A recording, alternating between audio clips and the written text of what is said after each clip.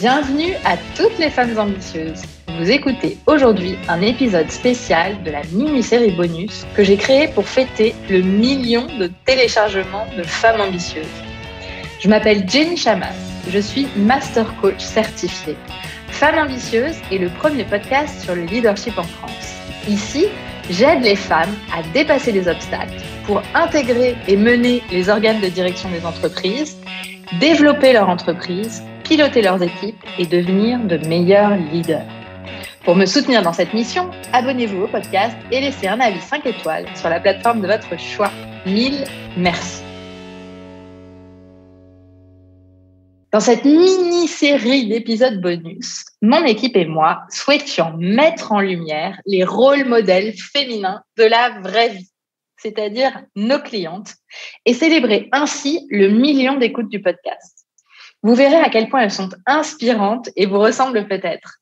Chacune d'entre elles donne sa vision du leadership et de son évolution vécue avec le programme de coaching. Sincérité et authenticité garantie. Place à l'invité du jour, Marion, designer culinaire. Bonjour Marion. Bonjour Jenny.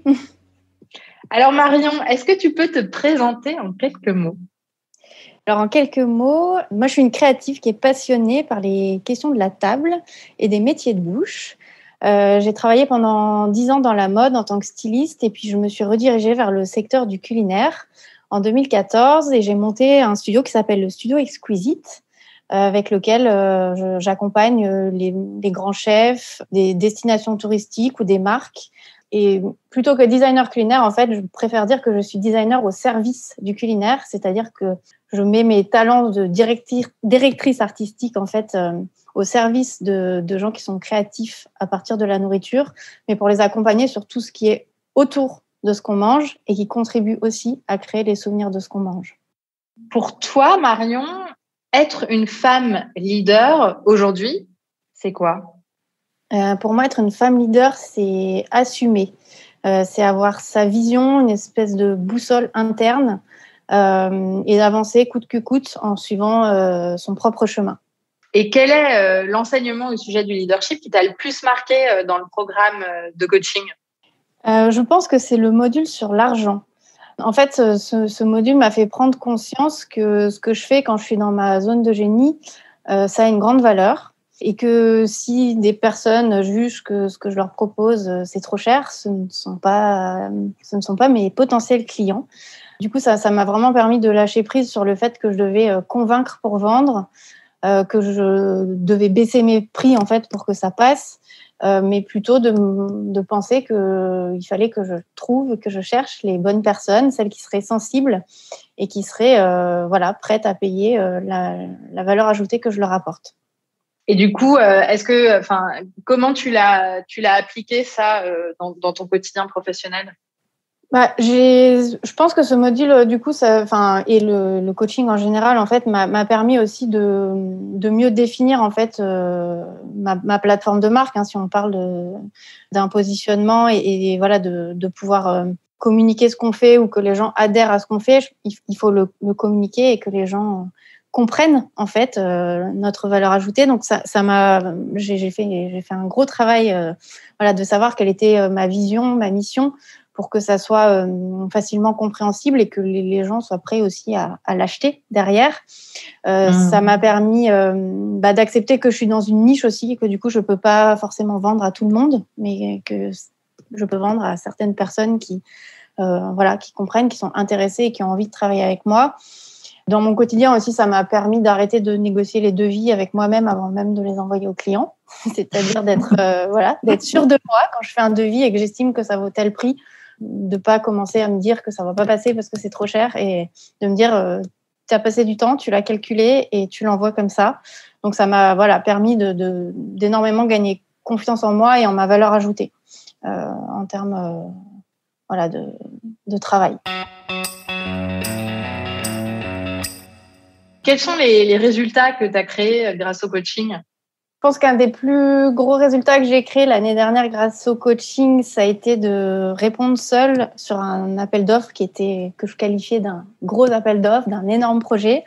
J'ai fait le choix d'y répondre seule parce que je me sentais 100% capable en fait de le faire. Quand j'ai reçu la proposition, je me sentais dans ma zone de génie et du coup, je suis allée jusqu'au bout en me disant fais-toi confiance, ce projet est fait pour toi et ça a fonctionné. J'ai remporté cet appel d'offres seule et voilà, je travaille actuellement dessus. Donc, les résultats que je crée grâce au coaching, c'est avant tout effectivement avoir de la confiance dans ce que je fais, dans ce que je propose, de fait le vendre aussi plus facilement. C'est un cercle quand même assez vertueux et de vraiment aussi identifier et arriver à cerner quand je suis dans ma zone de génie. Dans ces moments-là, en fait, c'est plus une question d'avoir confiance ou pas, c'est sentir qu'on est à la bonne place, au bon endroit et c'est juste évident. Et je pense que ça aussi, les clients le ressentent. C'est à développer aussi une sorte d'assurance. Et ça, voilà, c'est quelque chose qui est un travail du quotidien, mais je vois vraiment le avant et après tous ces échanges qu'on a eus ensemble. Top.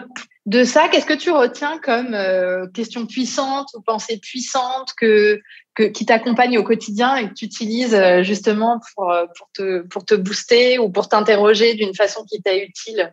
Alors, c'est la pensée puissante, je pense que j'ai le plus entendu et que j'ai écrit sur mon poignet, qui est que tout est possible. C'est quelque chose que j'ai lu autrement en fait grâce au coaching. C'est pas de se dire que tout est possible et que ça va tomber du ciel. C'est pas ça, de croire que tout est possible, mais c'est aussi de savoir regarder chaque situation avec un point de vue qui peut être différent. Et du coup, on peut vraiment choisir de penser ce qu'on veut à partir d'une situation qui est donnée. Ça rejoint un peu aussi la façon dont je travaille en tant que créative. C'est cette idée de sortir de la boîte, de sortir du cadre. La solution n'est pas forcément dans le brief ou dans l'exposé qu'on nous fait d'un problème, mais parfois, il faut aller chercher à côté. Et je trouve que pour moi, ça reflète cette idée que tout est possible. Et tout ce qui est possible n'est pas forcément dans le cadre qu'on croit connaître ou avoir. J'adore ta définition. Je trouve que c'est très vrai, très juste. Marion, est-ce que tu as trouvé ton style de leadership? Et si oui, est-ce que tu peux nous le décrire et nous dire en quoi il te ressemble? Alors, moi, mon style de leadership, en fait, j'ai réalisé grâce au programme et à des échanges aussi que j'ai eus avec les autres participantes. Je dirais que c'est un leadership créatif parce que je suis créative, mais en fait, j'ai réalisé à travers ces échanges, c'est Claire un jour qui m'a dit, mais en fait, grâce à toi, j'ai découvert qu'on peut inventer son métier. Et en fait, je l'avais jamais vu comme ça. Mais oui, effectivement, j'ai inventé mon métier en changeant de secteur et en ayant aussi une pratique du design culinaire qui est particulière par rapport à d'autres designers culinaires. Et je pense que c'est, en fait, pour moi, ça incarne justement ce leadership où je dis que pour moi, le leadership, c'est une sorte de mission dans laquelle on se lance et un chemin qu'on suit. Et j'ai cette vision depuis des années que je veux travailler avec des chefs et j'ai emprunté plein de chemins différents pour essayer d'y arriver. Et pour moi, c'est ça, en fait, le leadership, quand je parle de suivre un chemin et d'avoir quelque chose qui nous ressemble, c'est de sentir effectivement qu'on a quelque chose de très profond qui nous guide. Parfois, on ne sait même plus pourquoi on fait ça ou pourquoi on passe autant d'énergie à chercher à faire quelque chose. Mais en fait, c'est ça, c'est que ça répond à quelque chose de puissant qui est au fond de soi et on est prêt à tout faire ou à tout inventer pour y arriver. Donc, pour moi, c'est aussi quelque chose de très connecté à une sorte d'intuition qui est parfois pas facile à expliquer ou pas très rationnelle. Mais voilà, pour moi, en tant que créatif, l'intuition, c'est vraiment quelque chose qui fait partie de mon quotidien et qui fait, je pense, partie et qui fera de plus en plus partie du leadership aussi tel qu'il se développe aujourd'hui et comme tu contribues à le développer, je pense. Je ne peux être que totalement d'accord quand tu parles de leadership et d'intuition.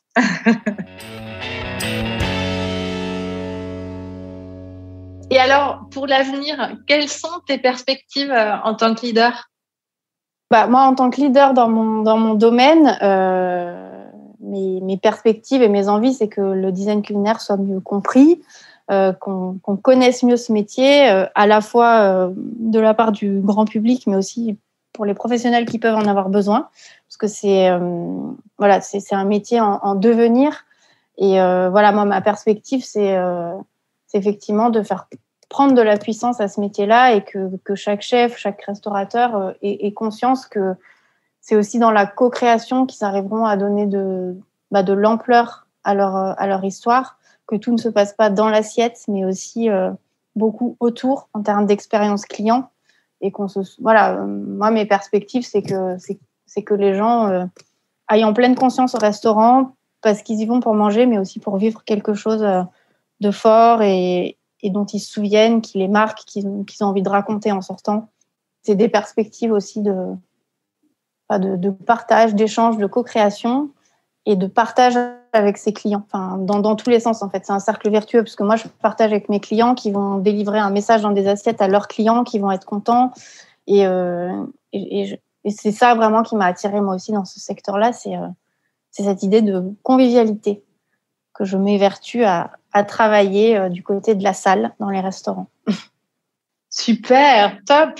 Merci beaucoup, Marion, d'avoir partagé ça avec nous et puis surtout à tous les chefs, les restaurateurs qui nous écoutent et qui veulent en savoir plus sur toi.